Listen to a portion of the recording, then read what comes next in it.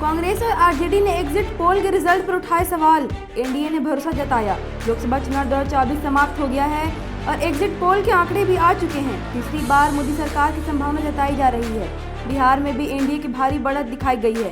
राज्य तो कुछ फायदा और एनडीए का कुछ नुकसान भी बताया जा रहा है।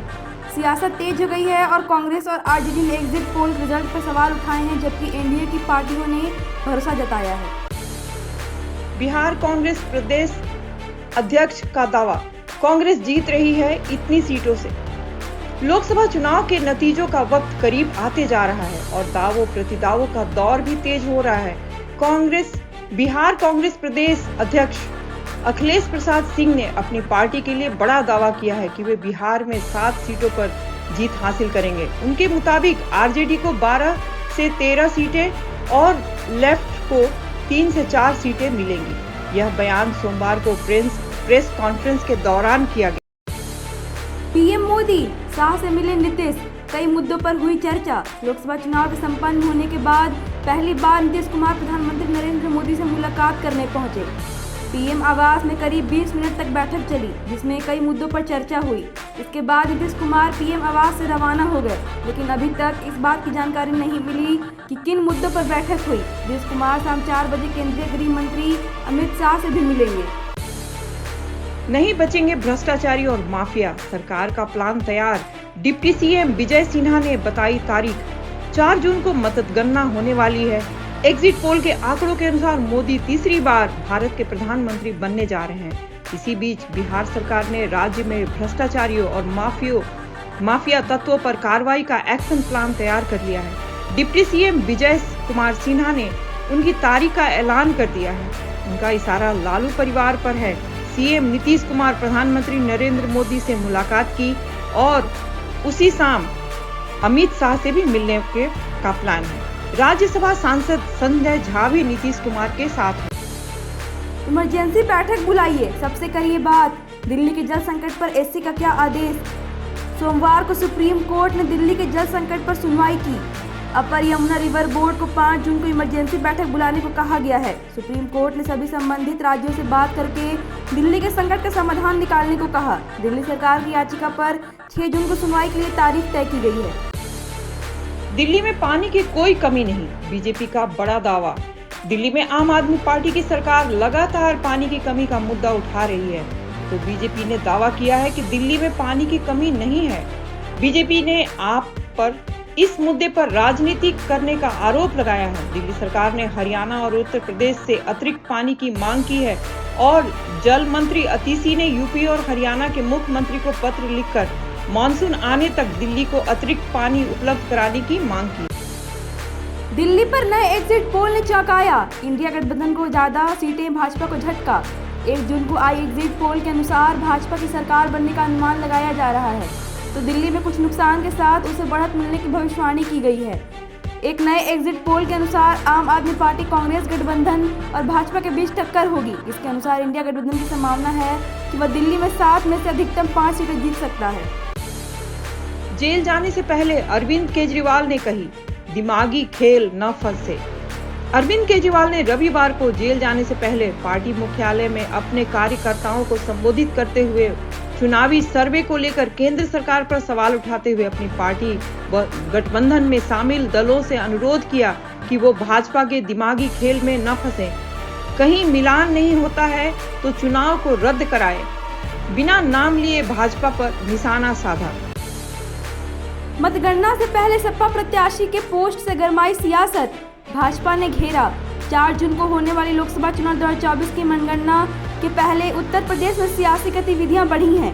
समाजवादी पार्टी के राष्ट्रीय अध्यक्ष अखिलेश यादव ने लखनऊ में प्रेस कॉन्फ्रेंस करके मतगणना में धांधली की आशंका जताई, जबकि फतेहपुर सीट के प्रत्याशी नरेश उत्तम पटेल ने एक पोस्ट में सियासत गरमा गई है। पोस्ट में कथित तौर पर लोगों से ईवीएम की निगरानी करने और धोखाधड़ी से निपटने के लिए लाठी डंडा भी तैयार करने की अपील की गई थी। मतगणना में करा सकती है धांधली, चुनावी नतीजे से पहले अखिलेश यादव का बीजेपी पर बड़ा हमला।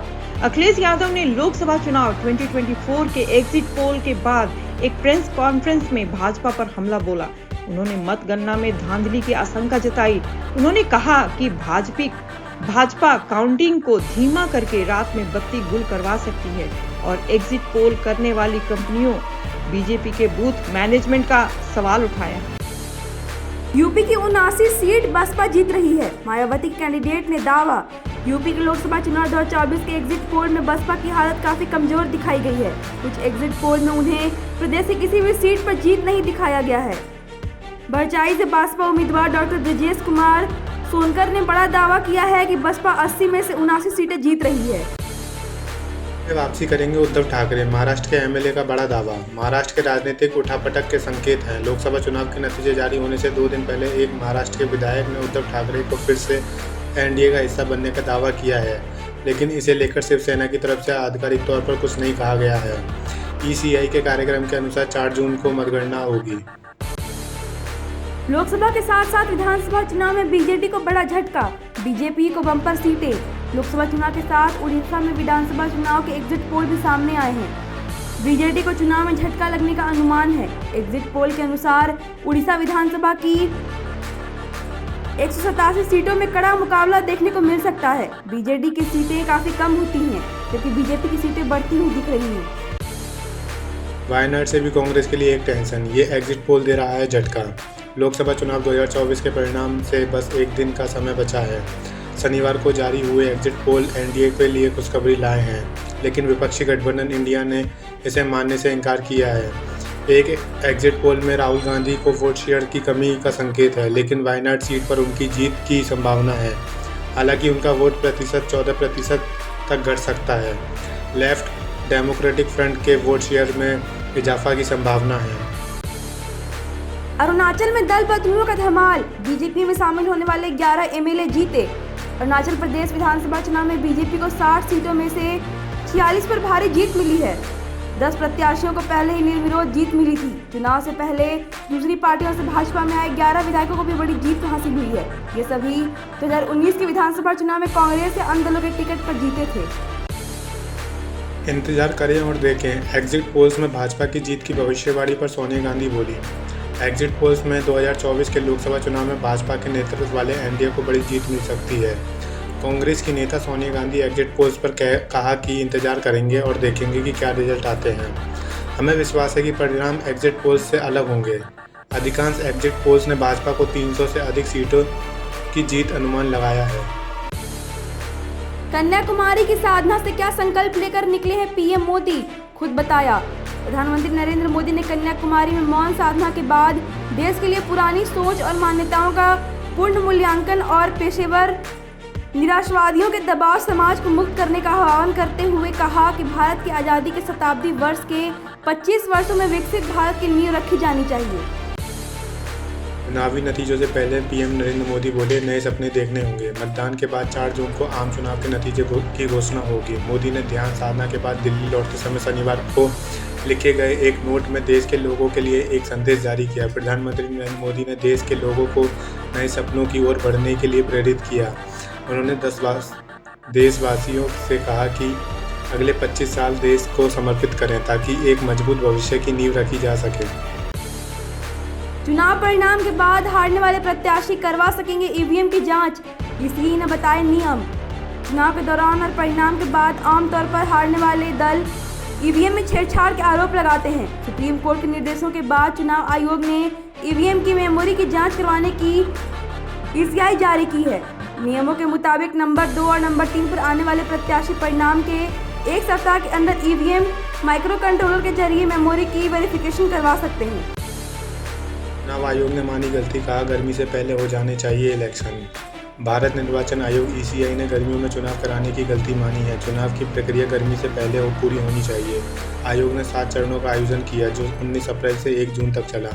प्रधान चुनाव आयुक्त राजीव कुमार ने चुनाव के सवालों को जवाब में कहा कि यह सीख मिली है कि चुनाव प्रक्रिया गर्मी के पहले पूरी हो जानी चाहिए। कम मतदान की एक वजह गर्मी को भी माना गया था।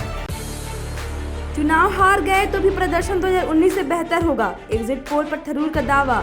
लोकसभा चुनाव 2024 के परिणाम का इंतजार सिर्फ 1 दिन बाकी है। एग्जिट पोल ने भाजपा गठबंधन वाली इंडिया की जीत का दावा किया, जबकि इंडिया गठबंधन को सत्ता नहीं मिलने की संभावना है। एग्जिट पोल को लेक भाजपा के जश्न के बीच कांग्रेस और अन्य विपक्षी दलों ने इसे मोदी का एग्जिट पोल करार दिया है। तिरुवनंतपुरम से कांग्रेस के उम्मीदवार शशि थरूर का कहना है कि एग्जिट पोल हवाई है और अगर हार भी गई तो भी हमारा प्रदर्शन 2019 से बेहतर होगा। जयराम रमेश को ईसी से झटका, 150 डीएम को धमकाने के मामले में और मोहलत देने से इनकार। चुनाव आयोग ने कांग्रेस महासचिव जयराम रमेश को उस मामले में अपना पक्ष रखने के लिए अतिरिक्त समय देने से इनकार कर दिया, जिसमें उन्होंने 2 दिन पहले यह दावा किया था कि मतगणना से पहले अमित शाह ने देश भर के 150 जिलाधिकारियों को फ़ोन कर रहे हैं और वह चुनाव नतीजों को प्रभावित करने की कोशिश कर रहे हैं। जयराम रमेश ने इस ट्वीट पर भाजपा के चुनाव आयोग का दरवाज़ा खटखटाया था, जिस पर आयोग ने जयराम रमेश से अपना पक्ष रखने को कहा था। भाजपा को प्रचंड बहुमत मिलेगा, केंद्रीय मंत्री गजेंद्र शेखावत ने बताई यह वजह। केंद्रीय जल शक्ति गजेंद्र सिंह शेखावत ने कहा कि भारतीय जनता पार्टी को भारी बहुमत के साथ विजयी बनाने जा रही है। उन्होंने मीडिया से बातचीत में नरेंद्र मोदी के काम की सराहना की और जनता ने भाजपा को 400 पार का नारा दिया और वही संकल्प पूरा होने जा रहा है। न्यूयॉर्क के स्टेडियम पर स्नाइपर्स की भी रहेगी पैनी नज़र। यहीं होना है India versus Pakistan match. New York में आयोजित होने वाले T20 विश्व कप 2024 के लिए एक अस्थायी स्टेडियम का निर्माण किया गया है। इसमें इंडिया और पाकिस्तान के बीच के मैच का मुकाबले खेले जाएंगे। सुरक्षा के लिए स्टेडियम में पुलिस स्नाइपर्स को गुप्त स्थानों पर तैनात किया गया है। यहाँ की क्षमता 34,000 है और पहला मैच दक्षिण अफ्रीका और श्रीलंका के बीच होगा। रामानंद सागर के रामायण में इस एक्टर ने निभाए थे 11 किरदार। अब एक्टिंग छोड़ गुजार रहे हैं ऐसी जिंदगी। रामानंद सागर द्वारा निर्मित पौराणिक शो रामायण में असलम खान ने 11 किरदार निभाए थे। शो के बाद उन्होंने फिल्म इंडस्ट्री को अलविदा कहा और व्यापार में कदम रखा। उन्हें उत्तर प्रदेश के झांसी में एक मार्केटिंग फर्म में काम करते हुए देखा गया। जब रामायण का पुनः प्रसारण हुआ, सोशल मीडिया पर उन्हें मीम्स के रूप में देखा गया, लेकिन वे सामने नहीं आए और अपने परिवार के साथ जीवन का आनंद उठा रहे हैं। बच्चों को रखना है मोटे चश्मे से दूर, तो रोजाना करवाएं ये 2 योगासन। ये है करने का सही तरीका। बच्चों का अत्यधिक स्क्रीन टाइम आंखों को प्रभावित कर सकता है, जिससे उन्हें ललिमा, दर्द, खुजली और ड्राइनेस जैसी समस्याएं हो सकती हैं। पेरेंट्स को लगातार अपने बच्चों को छोटी उम्र में चश्मा लगने का डर सताने लगा है। अगर आपको भी यही डर लगता है तो उसके रूटीन में ये 2 योगासन जरूर शामिल करें। ट्रंप का दोष हुआ सिद्ध, समर्थकों ने दंगे और सामूहिक हत्या की दी धमकी। पहले भी मचा चुके हैं उपद्रव। न्यूयॉर्क की अदालत ने पूर्व राष्ट्रपति डोनाल्ड ट्रंप को आपराधिक मामलों में दोषी पाया है। इस फैसले से नाराज ट्रंप समर्थकों ने दंगे किया और सामूहिक हत्या की धमकियां भी दी। रिपब्लिकन पार्टी के कई नेता इस फैसले को भ्रष्ट बताते हुए इसका मजाक उड़ा रहे हैं। ट्रंप के समर्थकों की टिप्पणियों में सुरक्षा खतरे के संकेत हैं। इजराइल ने किया सीरिया के ओलप्पे शहर पर हमला, बड़े स्तर पर नुकसान। इजराइल ने सीरिया के ओलप्पे शहर में एयर स्ट्राइक की। इस हमले में 12 लोगों की मौत हो गई। हवाई हमले ने शहर में भारी नुकसान का कारण बनाया। सीरिया की सुरक्षा सूत्रों ने इजराइल को गुनहगार ठहराया। यह मामला रात में हुआ था और हैयान नामक शहर के एक तांबे के प्लांट पर निशाना बनाया गया था। Vivo S19 सीरीज हुई लॉन्च। 15 मेगापिक्सल के सेल्फी कैमरे के साथ मिलते हैं दमदार फीचर्स। जानिए कीमत। Vivo ने अपनी Vivo S19 सीरीज का हिस्सा बनाते हुए 2 नए स्मार्टफोन लॉन्च किए, Vivo S19 और Vivo S19 Pro। ये फोन्स 80 वॉट की चार्जिंग, 50 मेगापिक्सल का फ्रंट कैमरा और अन्य फीचर्स के साथ आते हैं। Vivo S19 को Qualcomm Snapdragon 7 जनरेशन 3 प्रोसेसर के साथ और Vivo S19 Pro को Dimensity 9200 प्लस प्रोसेसर के साथ लॉन्च किया है। दोनों ही मॉडल्स चीन में लॉन्च किए गए हैं और 8GB RAM plus 256GB storage से लेकर 60GB RAM, 16GB RAM plus 512GB storage तक के कॉन्फ़िगरेशन में उपलब्ध है। Vivo S19 की कीमत लगभग 28,797 रुपये से शुरू होती है। केरल के बाद कर्नाटक, आंध्र प्रदेश में भी मानसून की दस्तक। जाने दिल्ली, यूपी में कब होगी एंट्री। देश में दक्षिण पश्चिम मानसून का आगमन हो चुका है और यह तेजी से अन्य राज्यों की तरफ बढ़ रहे हैं। अब तक मानसून अरब सागर के माध्यम में कर्नाटक, रायलसीमा, आंध्र प्रदेश, तेलंगाना और पश्चिम बंगाल के कुछ हिस्सों में पहुंच चुका है। उत्तर भारत में प्री मानसून गतिविधियों भी देखने को मिल रही, लेकिन कुछ हिस्से में अभी भी गर्मी के कहर में है। इस समय मानसून की बढ़ती रफ्तार ने लोगों को थोड़ी राहत दी है।